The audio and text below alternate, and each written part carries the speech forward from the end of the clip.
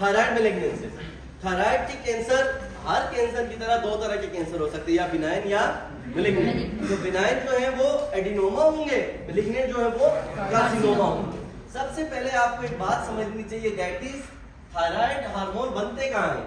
Finally I am able to draw a good circle, है ना, आज सही बोल रहा हूं। तो थायराइड फॉलिकल्स के अंदर बनते हैं।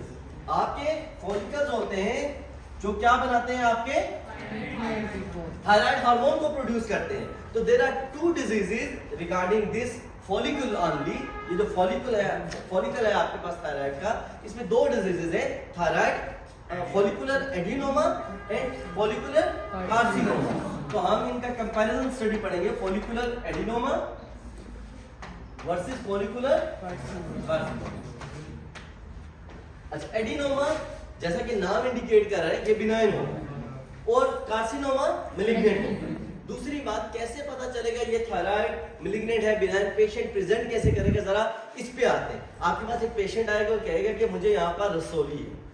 हर कैंसर का पेशेंट आपके पास जिसकी स्वेलिंग होगी वो रसोली ही बोलेगा पाकिस्तान के अंदर, एंड अदरवाइज मतलब यूरोपियन कंट्रीज में वैसे पेशेंट क्या बोलेगा, I am having this anterior neck swelling for last past 6 months और 7 months और समथिंग लाइक दैट। अब इट कुड बी, ये क्या हो सकते हैं, ये थायराइड की जो स्वेलिंग है ये क्या हो सकती है, ये थायरोग्लॉसिक डक्ट सिस्ट भी हो सकती है। आपने क्या करना है, टंग प्रोट्रूजन करवानी है। अगर साथ में प्रोट्रूड हो रहा है तो दिस इज थायरोग्लॉसिक डक्ट सिस्ट, अगर नहीं हो रहा तो ये कुछ और है।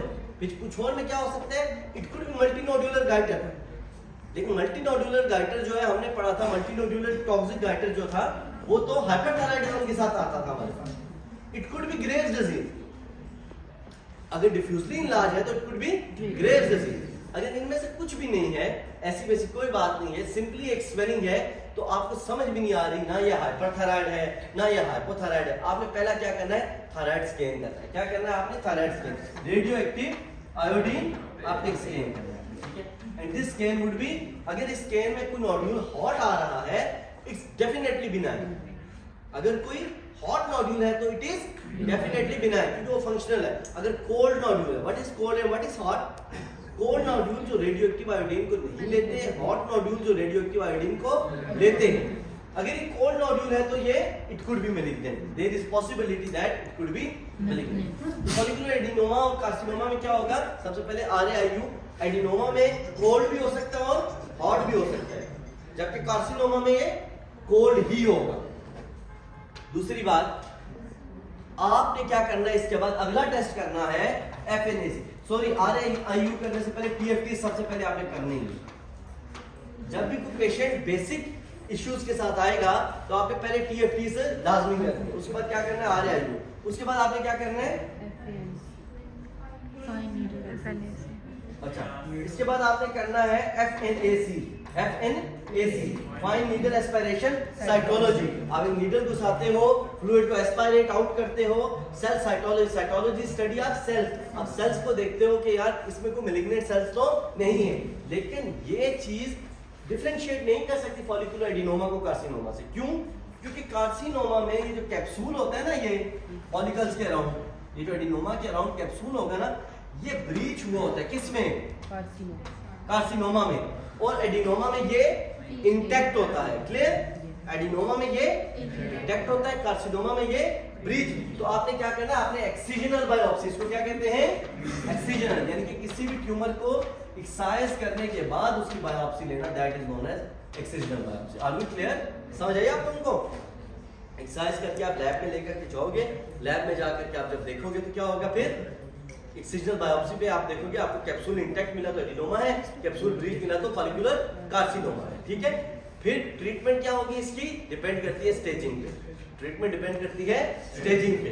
एक्सरसाइज तो आप ऑलरेडी कर चुके हो, अगर लिम्फ नोड भी इन्वॉल्व हुए हैं कार्सिनोमा में या कुछ इस तरह, then you have to undergo radiotherapy and other things as well. Adenoma में आपको क्या मिलेगा, फॉलिकुलर हाइपरप्लेजिया मिलेगा, कोई एटिपिकल सेल आपको नहीं मिलेगी। Are we clear? अगला कैंसर हमारे पास आता है थायराइड का, that is papillary carcinoma, that is papillary carcinoma. जैसे मैंने अक्सर चेरनोबिल इंसिडेंट का जिक्र किया है, चेरनोबिल यूक्रेन के पास में एक पावर प्लांट था, न्यूक्लियर पावर प्लांट था, जहां पे अटैक हुआ था। अगर आप कोई अच्छा सीजन देखना चाहते हो तो नेटफ्लिक्स पे चेरनोबिल सीजन है, बहुत अच्छा है, बड़ा क्लासी है। तो आपने चेरनोबिल में क्या हुआ, रिएक्टर में आग लग गई और वहां पे काफी दिनों तक, बल्कि वो जो हवा थी, हवा में रेडिएशन जो है वो जाती रही और वो आयोनाइजिंग रेडिएशन थी। उसकी वजह से वहां के एरिया के बच्चों में पेपिलरी कार्सिनोमा का इंसिडेंस बढ़ गया। तो पेपिलरी कार्सिनोमा ऐसे लोगों में होता है जो बचपन में आयोनाइजिंग रेडिएशन को एक्सपोज हुए। एक बात। दूसरी बात पेपिलरी कार्सिनोमा की ये है कि ये इसकी अपीयरेंस कैसी होती है, इसकी ऑर्फन एनियाई अपीयरेंस होती है। कैसी होती है? ऑर्फन एनियाई अपीयरेंस होती है। ऐसे क्लियर सेल्स होते हैं और इसका न्यूक्लियस पेरिफेरी की तरफ पुश हुए होते हैं। अलोंग विद दैट इसमें क्या होता है, समोमा बॉडीज होती है। क्या होता है इसमें? समोमा बॉडीज। समझ आइए आप लोगों को? ठीक है। किसी भी ट्यूमर को आइडेंटिफाई करने का तरीका कार्य है, पहला वो एनाटॉमिकली लोकेटेड कहां पे है, दूसरा हिस्टोपैथोलॉजी, बायोप्सी पे वो कैसा दिखता है। एंड दिस इज 100%, ये जो है ना बायोप्सी पे दिखने वाला, this is gold standard. This is gold standard. Biopsy ही बताती है कि ये कैंसर है या नहीं, दैट्स इट। जब तक आप आंखों से ना देख लो कैंसर लेवल नहीं। मिसाल के तौर पे एक पेशेंट का CA-125 रेज्ड है, तो जब तक आप उसके ओवरी के उस हिस्से को देख नहीं लेते, आप कह नहीं सकते कि इसको कैंसर है। ठीक है। और साथ में ट्यूमर मार्कर। अब जो ट्यूमर मार्कर है, कभी भी ट्यूमर मार्कर कैंसर को डायग्नोज करने के काम नहीं आता। ट्यूमर मार्कर कैंसर की ट्रीटमेंट को देखने के लिए काम आता है कि ट्रीटमेंट काम कर रही है या नहीं कर रही। मिसाल के तौर पे एक पेशेंट का ट्यूमर मार्कर था 95, जैसे मेरी मदर का CA-125 192 था, 3 कीमो के राउंड के बाद वो लेस देन 30 हो गया था। तो इसका मतलब क्या था कि ट्रीटमेंट काम कर रही है। अब मेरे मामू को स्मॉल सेल लंग कार्सिनोमा था, उनका मार्कर कभी कम नहीं हुआ, ट्यूमर मार्कर उनके कम नहीं हुए। इसका मतलब क्या था कि ट्रीटमेंट काम सही से नहीं कर रही। Are we clear? फिर रिकरेंस। अगर एक पेशेंट है, उसको आपने ट्यूमर फ्री कर दिया है, 2 साल के बाद उसका ट्यूमर मार्कर दोबारा से रेज है, इट इज 80 to 90% पॉसिबिलिटी कि या तो रिकरेंस हो चुकी है या रिकरेंस होने वाली है। ठीक है। अच्छा, यहां तक समझ आइए आप लोगों को? ट्यूमर मार्कर की समझ आ गई क्या होता है? एक आपने बायोप्सी देखनी है, हिस्टोपैथोलॉजी देखनी है, तीसरा होता है immune histochemistry. What is immune histochemistry? Stain. आप स्टेन लगा करके देखते हो हिस्टोपैथोलॉजी की स्लाइड के ऊपर कि ये ट्यूमर कौन सा स्टेन पकड़ रहा है। जैसा कि अगर कोई मिसाल के तौर पे कोई मसल होगा तो वो कौन सा स्टेन पकड़ेगा, वो डेस्मिन पॉजिटिव होगा, वो डेस्मिन पॉजिटिव होगा। अगर कोई मिसाल के तौर पे स्क्वेमस सेल कार्सिनोमा है तो वो केराटिन पॉजिटिव होगा। तो इस तरीके के डिफरेंट स्टेन्स हैं, डिफरेंट उसके लिए, कैंसर के लिए, ट्यूमर ऑर्गन स्पेसिफिक ट्यूमर्स के लिए। अगला चलते हैं, नेक्स्ट कैंसर इज कौन सा है? Medullary carcinoma. अगला कौन सा है हमारे पास? Medullary carcinoma. मेडुलरी कार्सिनोमा जो है वो पैराफोलिकुलर सेल का कैंसर होता है। किसका? पैराफोलिकुलर सेल क्या सीक्रेट करवाते हैं? कैल्सिटोनिन। क्या काम है कैल्सिटोनिन का? कैल्शियम को कम करना। क्या करना? ज्यादा नहीं, कम करना, कैल्शियम को कम करना। तो कैल्सिटोनिन क्या करता है? फिर ये यूरिन में कैल्शियम की एक्सक्रीशन को बढ़ा देता है, तो इसमें हाइपरकैल्सीयूरिया होता है। अब आपको कैसे मिलता है ये कैंसर? बायोप्सी आप करो तो कैसे मिलता है आपको? मैलिग्नेंट सेल्स मिलते हैं। क्या मिलते हैं आपको?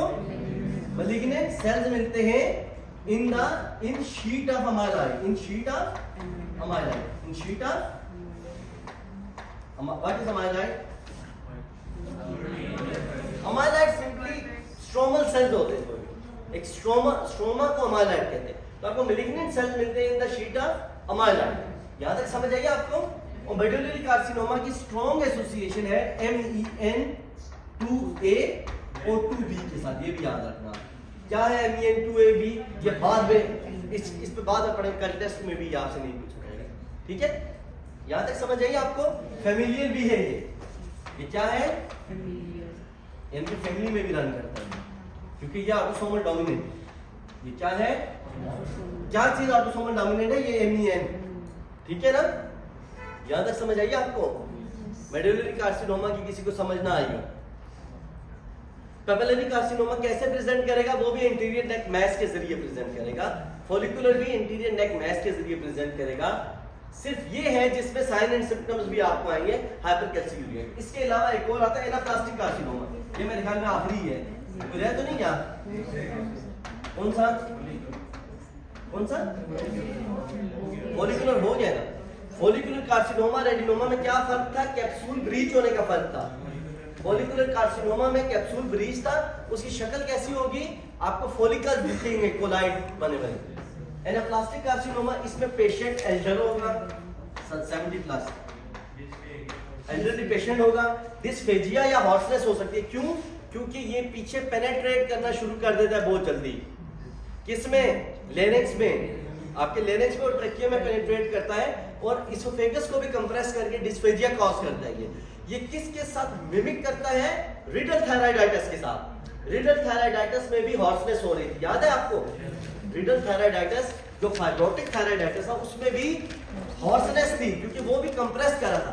फर्क ये है कि वो सिर्फ कंप्रेस कर रहा था, ये पेनिट्रेट करना शुरू कर देता। अर्ली मेटास्टाइज होता है, एटिपिकल सेल्स होते हैं। एनाप्लास्टिक सेल्स का मतलब है उनकी कोई शक्ल, कोई दीनिमान, कोई नस्ल नहीं है, वो एटिपिकल सेल्स हैं।